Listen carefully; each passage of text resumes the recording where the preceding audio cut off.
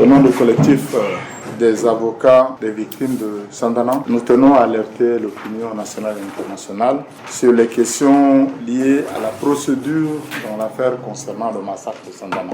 Les missions du gouvernement, de la représentation nationale et de la présidente de la République ont formellement reconnu la responsabilité de l'État tchadien à travers ses services déconcentrés. À la population qui gémit, les représentants de l'État ont promis justice. Partout ailleurs, les mouvements de contestation sont remarqués. Tous ont réclamé justice. Aujourd'hui, les yeux sont tournés vers notre justice. Depuis la mise sur pied du collectif, près d'une vingtaine d'avocats travaillent d'arrache-pied pour l'aboutissement de la procédure. Aujourd'hui, le 24 mars 2022, soit plus d'un mois déjà, nous sommes toujours dans les préliminaires de la procédure. Mais nous apprenons, au même titre que l'homme de la rue, que les présumés auteurs et complices sont arrêtés et placés en détention sans autre précision. Il convient cependant de relever que le Code de procédure pénale en vigueur au Tchad prévoit un certain nombre de mesures à observer s'agissant notamment du procès pénal. C'est le lieu de nous poser certaines questions fondamentales des droits qui déterminent le procès équitable dans ce qu'il convient d'appeler le massacre de Sandana. La première question est celle de savoir lesquels sont présumés auteurs, co-auteurs ou complices et où sont-ils placés. La seconde question, c'est sous l'autorité de quelle juridiction et avec quelle garantie. La troisième question, le délai de garde à vue est...